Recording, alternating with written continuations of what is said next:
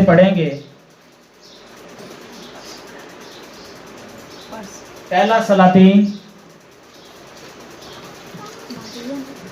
خداوند کے زندہ کلام میں سے پڑھیں گے پہلا سلاطین اس کا 18 باب اس کی 21ویں آیت۔ پہلا سلاطین 18 باب اس کی 21ویں آیت۔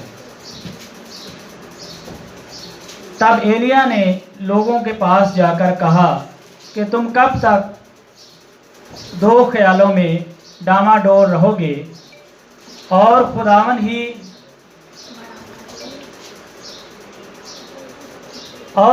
ہی خدا ہے تو اس کے پیرو ہو جاؤ، اور بال خدا ہے تو اس کی پیروی کرنے لگو۔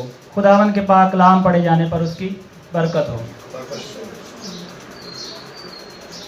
آج کا جو خاص ورد ہے اس میں ہم نے دیکھا ہے کہ ایلیا نبی خدا کا بڑا درد رکھتا تھا، وہ خدا کا بڑا جوشیلا نبی تھا۔ اسرائیل کے بادشاہ جب اپنی بادشاہت کرتے تھے تو اپنی بادشاہت کے دوران خدا کو بھول جاتے تھے اور بہت سے ایسی عادات اپنا لیتے تھے، بہت سی ایسے کام اپنا لیتے تھے جس سے وہ خدا کو بار بار ناراض کرتے تھے۔ جو ایلیا کے دور میں جو ایلیا ہے وہ بادشاہ احب کے دور کا نبی ہے، اور اس کی ملکہ کا نام جیزبیل تھا۔ ایلیا نبی اسے بار بار کہتا تھا کہ آپ بتوں کی پوجا چھوڑ دو، آپ نے خدا کو ناراض کیا ہے، خدا کے غضب سے ڈرو، آپ سیدھے راستے پر چلتے آؤ۔ کیونکہ ایلیا یہ چاہتا تھا کہ اسرائیل کی قوم جو ہے وہ پھر اسی طرح خدا کے ساتھ چلے جس طرح وہ مصر سے نکل کر خدا کے ساتھ چلی تھی، اور خدا نے اسے اپنے زور بازو سے مصر سے نکالا تھا۔ لیکن گاہے بگاہے بادشاہ یہ بات بھول جاتے تھے اور وہ اس بات کو کہ خدا ہی خدا ہے بھول جاتے تھے۔ ایلیا کی زندگی کا مقصد بھی یہی تھا، اور ایلیا کا مطلب بھی یہی ہے کہ خداوند ہی خدا ہے۔ آج اس میں ہم دیکھیں گے کہ ایلیا نبی نے ثابت کر دیا کہ خدا ہی خدا ہے، کہ خدا ہی ساری قدرت والا خدا ہے، خدا ہی سب کاموں میں قادر ہے۔ احب بادشاہ کی بیوی جیزبیل جو تھی وہ بال کی پجاری تھی اور بال کی پوجا کرتی تھی۔ ہم نے اکثر دیکھا ہے کہ جب ہمارے گھر میں بیٹے یا بیٹی کا رشتہ کیا جاتا ہے تو اس کے لیے ہم 3-4 لوگ اکٹھے ہو کر کیا کرتے ہیں، اس رشتہ کو دیکھنے جاتے ہیں، اس خاندان کو پرکھنے جاتے ہیں، یا اس خاندان کے بارے میں معلوم کرنا چاہتے ہیں کہ وہ خاندان کیسا ہے، ان کی عادات کیسی ہیں، کام کیا کرتے ہیں، معاشرے میں کیا عزت ہے۔ تو یہ ساری چیزیں دیکھنے کے بعد ہم کوئی فیصلہ کرتے ہیں کہ اس خاندان کے ساتھ ہمیں رشتہ کرنا چاہیے، اس خاندان سے ہمیں ریلیشن کرنا چاہیے یا نہ کرنا چاہیے۔ تو اسی طرح بادشاہ نے بھی ایک بہت بڑی غلطی کر دی کہ اس نے جیزبیل سے شادی کر لی، اور بادشاہ کو یہ پتہ بھی تھا کہ وہ بتوں کی پجاری ہے، وہ بال کی پوجا کرتی ہے، تو اس کا اثر آئندہ میری زندگی میں مجھ پر اور میری قوم پر بھی پڑے گا۔ اس کا نتیجہ کیا نکلا کہ اس نے بادشاہ سے درخواست کی کہ مجھے بال کے لیے بہت بڑا مندر بنوا دیا جائے۔ بادشاہ نے اس کے بہت خوبصورت مندر بنوا دیا، اور اس میں اس نے اس کے پجاری بھی رکھے۔ وہ تقریباً 850 پجاری تھے، 400 یسرت کے تھے اور 400 اس نے ان کے نبی تھے جو اس کی بال کی پوجا کرتے تھے اور بال کی منادی پورے اسرائیل میں کرتے تھے۔ آہستہ آہستہ پورا اسرائیل تقریباً بال کا پجاری ہو گیا، بہت کم لوگ رہ گئے جو خدا کو مانتے تھے۔ لیکن خدا کو یہ چیز پسند نہیں تھی، خدا بار بار ان سے ناراض ہو جاتا۔ ایلیا بھی اسی طرح بادشاہ کے دربار میں جاتا ہے اور اس سے اسٹریٹ فارورڈ یہ بات کہتا ہے کہ تو نے خدا کو ناراض کیا ہے، اب 3 سال جو ہے بارش نہیں پڑے گی اور سخت کال پڑے گا۔ اور ایسا ہی ہوا کہ 3 سال تک نہ بارش پڑی، نہ وہاں پر کوئی گندم اگی، اور ان کے ذخیرے بھی ختم ہو گئے۔ بارش کی وجہ سے ان کی فصلیں ہوتی تھی، جب بارش ہی نہ رہی تو فصلیں بھی ختم ہو گئیں۔ لیکن خدا نے ایلیا سے کہا کہ تو یہاں سے دور چلا جا، جہاں میں تجھے حکم دوں گا وہاں پر رہنا، اور میں تیری خوراک کا بندوبست کنوؤں سے کرواؤں گا۔ جس ندی کے کنارے ایلیا رہتا تھا وہ ندی سوکھ گئی۔ پھر خدا نے اس سے کہا کہ تو سارپت کی طرف چلا جا۔ ایلیا وہاں سے اٹھا اور سارپت کی طرف چلا گیا، اور خدا نے ایلیا سے کہا کہ دیکھو میں نے تو تیری مدد کے لیے ایک بیوہ کو تیار کیا ہے۔ جب ایلیا وہاں جاتا ہے تو اسے راستے میں ایک بیوہ ملتی ہے جو لکڑیاں اکٹھی کر رہی تھی۔ ایلیا اسے کہتا ہے کہ مجھے پہلے کچھ پینے کو دے اور پھر کھانے کو، لیکن ملک میں سخت کال تھا، نہ کوئی اناج تھا، لوگ بھوکوں مر رہے تھے اور لوگوں کے پاس اناج بھی بہت کم تھا۔ جب بیوہ نے اس کی بات یہ سنی کہ یہ بندہ مجھ سے کہہ رہا ہے کہ مجھے پانی دے اور روٹی بھی دے، تو اس کے ذہن میں یہ بات آئی کہ میرے پاس میرے گھر میں تو کچھ بھی نہیں ہے، صرف 1 روز کی روٹی ہے جو میں اور میرا بیٹا کھا لیں گے اور اس کے بعد ہم مر جائیں گے۔ لیکن ایلیا اس سے کیا کہتا ہے؟ ایلیا کہتا ہے کہ پہلے مجھے دو، پہلے کھانا مجھے دو۔ لیکن وہ عورت اپنے ذہن میں سوچتی ہے کہ یہ کیسا شخص ہے کہ ہمارے کھانے کے لیے تو کچھ ہے نہیں، تو ہم اسے کہاں سے دیں گے؟ اگر ہے بھی تو پہلے میں اپنا سوچوں کہ پھر اس کو دوں گی۔ لیکن کیا ہوا کہ اس عورت نے اس کا یقین کیا، اس کی بات مان لی، اس کو بتایا کہ میرے گھر میں صرف 1 مٹھی آٹا اور تھوڑا سا تیل ہے، اسی کو آج میں اور میرا بیٹا کھائیں گے، اس کے بعد ہم مر جائیں گے۔ لیکن ایلیا اس کو کہتا ہے کہ تو خوف نہ کر، بلکہ انگلش میں اس کے لیے اس نے ورڈ بولے کہ do not fear, God will take care of you, کہ خدا تمہاری مدد کرے گا، خدا تمہاری فکر کرے گا، تمہیں فکر کرنے کی ضرورت نہیں ہے۔ اس کے بعد ایلیا اس کے گھر میں رہتا ہے، اور اس کے گھر میں نہ آٹا ختم ہوتا ہے نہ تیل ختم ہوتا ہے۔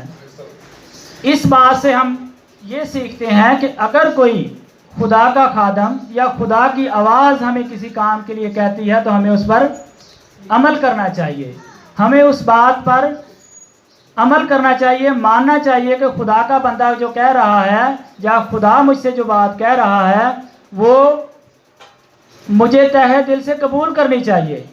اس کی سب سے بڑی مثال ابراہیم کی ہے، جب خدا نے اس سے کہا کہ میں تیری نسل کو ستاروں اور ریت کی ذروں کی مانند کر دوں گا، لیکن اس کے دل میں آیا کہ میں تو 100 سال کا ہوں، وائف میری جو ہے وہ 100 سال کی ہے، تو اولاد کہاں سے ہوگی؟ اب میں تو بوڑھا ہو چکا ہوں۔ لیکن اس کو ایسے نہیں کہا گیا تھا کہ وہ ایمانداروں کا باپ ہے، اس نے خدا کی وہ بات مانی اور خدا پہ ایمان لایا، اور اس نے خدا پہ یقین کیا کہ جو خدا کہہ رہا ہے وہ سچ ہے۔ پھر اس کے بعد اس نے کیا، دوسری دفعہ خدا نے اس سے بولا کہ تو جو سب سے تیری پیاری چیز ہے اس کو میرے لیے قربان کر دے۔ پھر وہ خدا کی وہ آواز سنتا ہے اور خدا کی بات کو مانتا ہے، اور اپنے دل میں سوچتا ہے کہ میری سب سے پیاری چیز کون سی چیز ہے؟ دنیا میں سب سے پیاری چیز جو اگر ایک انسان کی ہے تو وہ اس کی اولاد ہوتی ہے۔ اس نے کہا کہ اس سے بڑھ کر میری اور کوئی پیاری چیز نہیں ہے، کیونکہ 100 سال بعد خدا نے مجھے یہ دی ہے، اور اس سے تو میں امید لگا کے بیٹھا ہوں کہ اس سے میری آگے نسل چلے گی جو ستاروں کی مانند اور ریت کے ذروں کی مانند ہے۔ تو اسی کو خدا نے مجھ سے مانگ لیا ہے، تو میں کیا کروں گا؟ میں انکار نہیں کروں، اسی کو قربان کر دوں گا۔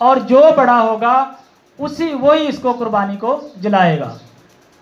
بال کے پجاریوں نے ایک بیل کی چوائس کی اور اس کو ذبح کیا اور اس کو مذبح پر اس کے ٹکڑے رکھ دیے اور انہوں نے پرستی شروع کر دی۔ بال کے پجاریوں نے زور زور سے آوازیں لگائیں اور بال کو پوجا اور بال کو پکارا کہ آئے بال ہماری مدد کر اور اس قربانی کو قبول کر۔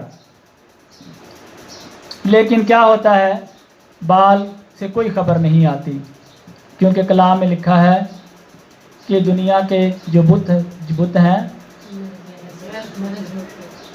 خدا کے مقابلہ نہیں کر سکتے، وہ خدا کے برابر نہیں ہو سکتے، محض بت ہیں۔ اب تقریباً 12:30 کا ٹائم ہو گیا اور ایلیا نبی کہتا ہے ان کو، کہتا ہے کہ تمہارا بال شاید سویا ہوا ہے، آپ اور اس کو زور سے پکارو اس کو۔ اور وہ سب کے سب اور پکارتے ہیں کہ آئے بال ہماری مدد کر اور اس قربانی کو قبول کر۔ لیکن کیا ہوا کہ ایلیا نبی نے جو دعا کی تھی کہ آج بال کے پجاری جو ہیں، بال کے مانگنے والے ہیں جو ہیں، وہ آج شرمندہ ہو کر جائیں گے، لیکن صرف خدا کی ذات یہاں پر جلال پائے گی۔ اس کے بعد انہوں نے اس بال کو پکارا اور کچھ نہ ہوا، ان کی ٹائم ختم ہو گیا۔ اب ایلیا کا ٹائم شروع ہو گیا۔ ایلیا نے اس بیل کو ذبح کیا، اس کے ٹکڑے بنائے اور اس کو کیا کیا، مذبح پر رکھ دیا۔ اور کیا کام کرتا ہے، اس نے لوگوں کو ثابت کرنے کے لیے کیا کہ خدا جو ہے ناممکن کو ممکن کر دیتا ہے، خدا جو ہے جہاں امید بھی نہیں ہوتی وہاں پر امید ہوتی ہے۔ جس طرح یسوع نے اس جہان میں رہتے ہوئے مردوں کو زندہ کیا، لازر کو زندہ کیا، کوڑیوں کو پاک صاف کیا، اندھوں کو آنکھیں دی، اور ایسے اندھوں کو آنکھیں دی جن کی آنکھوں کو دوبارہ ٹھیک ہونا ناممکن تھا۔ اس کی مثال یہ ہے کہ ایک اندھا جس کی آنکھ کے اندر، یہ جو ہمارا آنکھ ہے اس کے اندر یہ جو گول چیز ہے وہ بالکل نہیں تھی۔ ویسے تو دعا سے چلے، کسی کی آنکھ تھی، کسی نے دعا کی، آنکھ نہ دیکھنا شروع کر دیا، کسی کے 100 بیماری ہوتی ہے آنکھوں کی، ٹھیک ہو جاتی ہے بعض اوقات، لیکن ایک سرے سے آنکھ ہے ہی نہیں، ناممکن بات ہے۔ اور خدا کیا کرتا ہے، ناممکن کو ممکن کر دیتا ہے۔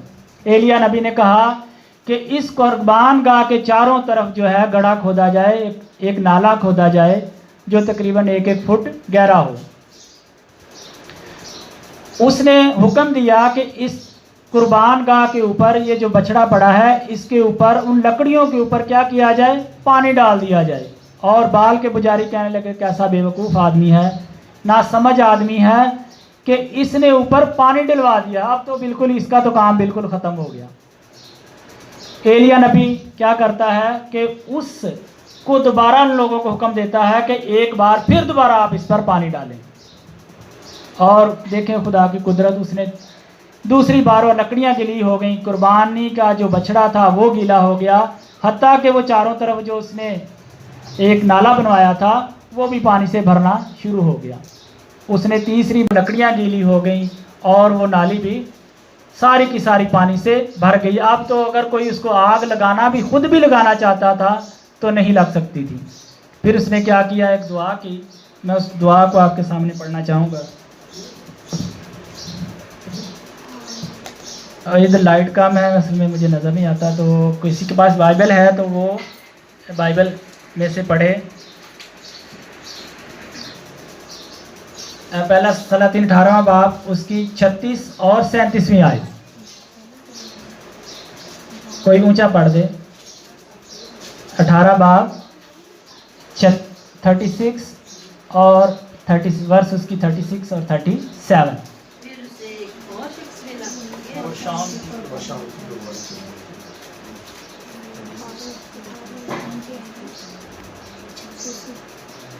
اور شام کی قربانی چڑھانے کے وقت ایلیا نبی نزدیک آیا اور اس نے کہا، اے خداوند ابراہیم اور اسحاق اور اسرائیل کے خدا، آج معلوم ہو جائے کہ اسرائیل میں تو ہی خدا ہے اور میں تیرا بندہ ہوں، اور میں نے ان سب باتوں کو تیرے ہی حکم سے کیا ہے۔